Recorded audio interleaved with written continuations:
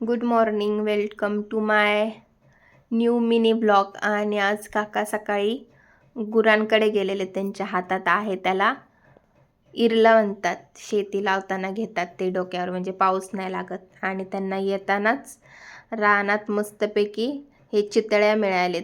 ते त्याला भोंबाडावर येतात. हे भोंबाड म्हणजे वारूळ, आणि सोबतच भारगीची भाजी मिळाली आहे.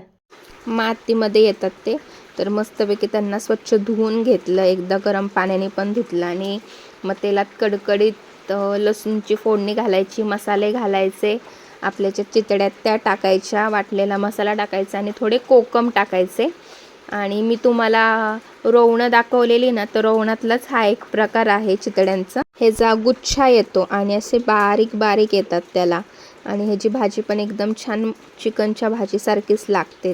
याला तुमच्याकडे काय म्हणतात हे कमेंटमध्ये नक्की सांगा. आणि व्हिडिओ आवडला असेल तर नक्कीच लाईक, शेअर, सबस्क्राईब करा.